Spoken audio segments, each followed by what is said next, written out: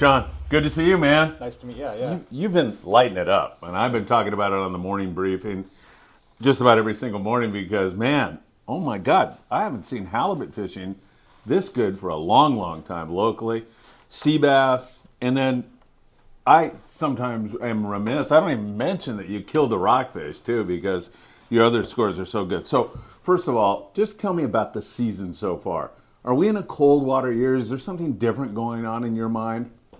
I don't know if it's going to be necessarily a cold water year. There's kelp flies coming from all boats, but I don't know if it's going to be a cold water. I know right now it's cooler. Yeah.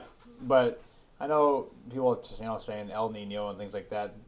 That could change at any point. But currently, it's definitely a cooler water year. It's a lot of bait around, chovy, squid, sardine, as well. But no, it's definitely a cooler, and it's definitely different than what we've been seeing. Yes. And starting earlier. Yes. Like we haven't. I mean, we've seen halibut fishing like this, but not this early normally. But that's pretty much that's the hot topic right there is the halibut fishing. Like, yeah, we've caught sea bass and we've had good scores on sea bass, but the halibut fishing is just, I mean, insane. Yeah. What'd you have on your last trip? You just got in here. What'd you have? We had 37 halibut. Wow. We didn't have any sea bass, but we hooked one. We saw plenty to catch, plenty of fish for months, but just the conditions were off, and we never put one on the boat. But the halibut fishing's more than made up for it. And are you catching any shorts with that, or a lot of shorts, or mostly legals, or what? I'd say it's maybe like 5% of what we catch are shorts. That's great. Wow, that's fantastic. The average stock, 10 to 18 pound halibut, 12 to 18 pounds. So some of the people that had come out with you on board the Pride, are they fishing a reverse dropper loop for the halibut? What's going on? All reverse dropper loop. Yeah. Reverse dropper loop, and a sardine. And a sardine? That's it, yep. Oh, wow. That's it. And torpedo sinker, 4 ounce? Yep. Okay. These freaking kelp flies are a pain in the... Yeah. What's up with that this year, by the way? It's early, it's right when the starts to get hot. All the islands, Catalina, Clemente, they're spawning and laying their eggs. Yeah, they're corroded. They get fire. It doesn't help with all the sea lions that are on the beach. They really like that. Yeah.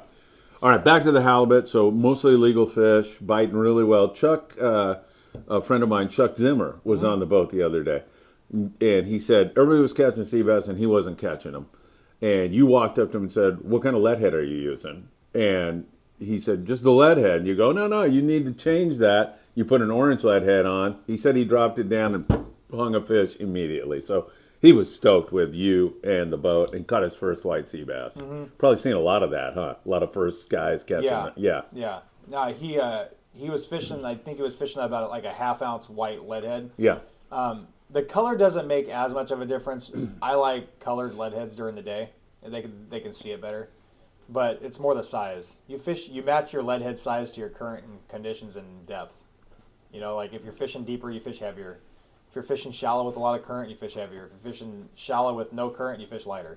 And as I say, when you walk on board a boat, the Pride, make a friend with the crew member right away. They have your best interest at heart, and they know way more about what's going on than some guy sitting in a podcast studio or anything else. Yeah, that all gets said, when we give our speech. I give very detailed, obviously safety speech, but I give very detailed on what we've been doing, what's going on, what's working, and sometimes the guys are just so excited that they forget some things that I say. But like I say every time to people, like, hey, we're here to help you out. We want you to catch fish, obviously. We don't make money if you're not there. So we're in the business of making sure that you have a good time and have a great time and good customer service and making sure that you have the proper tackle and all that stuff. So don't be scared to ask us. Like, if you see guys catching fish and you're like, well, that was kind of weird, but I'm not catching. Then you see one guy catch 4, say, hey, maybe something's going on here. What's going on? Yeah. Ask a crewman, like, hey, what's going on here? And we'll get you situated exactly what you need to be. I know you're really busy. Just a couple rapid fire questions and then one more question. One, fluorocarbon, yes or no? Always. Okay. What kind of tackle? How many rods do I need to bring? For the fishing that we're doing, you need 3. Right, really, you need 3 rods. You need like a 30, 40 pound rod for your lead head or slider. 1/8 ounce slider, 1/4 ounce slider, half ounce slider, depending on which depth and current and stuff like that. But slider or lead head, they seem to both be working.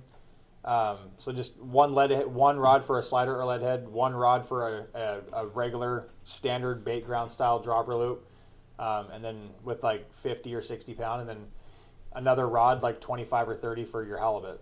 And that's it. All right. And as you look at the season, and I'm not asking you to predict, but you've got a good feel for how things are. How is this season developing in your mind? Let's just talk sea bass, yellows, halibut, island fishing. How does it look to you? I mean, the sign that we've seen, we were running trips in late February, March. Right. We weren't catching a whole lot, but we were seeing fish. Like it's hard to like bring that across to people, like to try to get people to come out and fish. It's like, hey, we're seeing fish. Eventually, something's going to happen. Yeah. Conditions are going to change. These kelp flies are ridiculous. No, man. But I got that bastard. yeah, it's there's the amount of fish that we're seeing is incredible, especially down here. Yeah. We don't typically see this much fish in our local islands this time of year. Catalina, you do from year to year. There's a lot of fish there too. There's not good conditions haven't been right, but if you could time it right there, there's been some incredible fishing during the day and night. There's been some really good night bites there. There's been good daytime fishing there, but it's really small windows. But everywhere else, you don't normally see like Clemente and Rosa and Cruz and all these other islands. You don't. It's really early. Yeah. The amount of fish that we've seen and caught already this year at this time of the year is leaps and bounds ahead of what was going on. Like last year, I think we had 180 or something halibut. We've already eclipsed that in this year, and it's just the amount. It'd be amazing to see what's down there. Yeah. Because if if there's that much halibut, it'd be cool just to get down there and see what's down there. Wouldn't it be, man? That's got to be out of control. I mean, they've got to be. All these fish have eggs in their full spawn mode. So, but it's incredible to see the volume. Anybody that says we don't have a good fishery anymore is crazy. In the wrong spot. Oh my God. It's better now than when I was a kid. Yeah. 40, 50 years ago. It seems like it. Really does. Is there a correlation between all the market squid that we saw and what's going on now? We saw quite a bit of market squid this winter. One major thing that's helped out, I'm a firm believer, is the whole market deal with getting screwed up with China. I agree too. The market didn't want to drop the price, and China just basically stopped buying, basically shut the market down. So there's not seiners out there wrapping hundreds of tons. Yeah. There's small orders, 30, 40, 50 ton, but there's not like multiple seiners coming in and out. 5 seiners wrapping one light boat for the entire night, catching 100, 200, 300 ton. That's 100% helping. Yeah. It's not only keeping the squid around and not in a freezer, but it's also keeping the fish without being harassed and nets around them and things like that. And they're just able to sit there and do what they do, get in their spawn, feed, and it's allowing them to. I feel it's allowing them to be a little bit less pressured. Couldn't agree with you more. 5/0 size hooks, is that what you want to bring? Yeah. Yeah.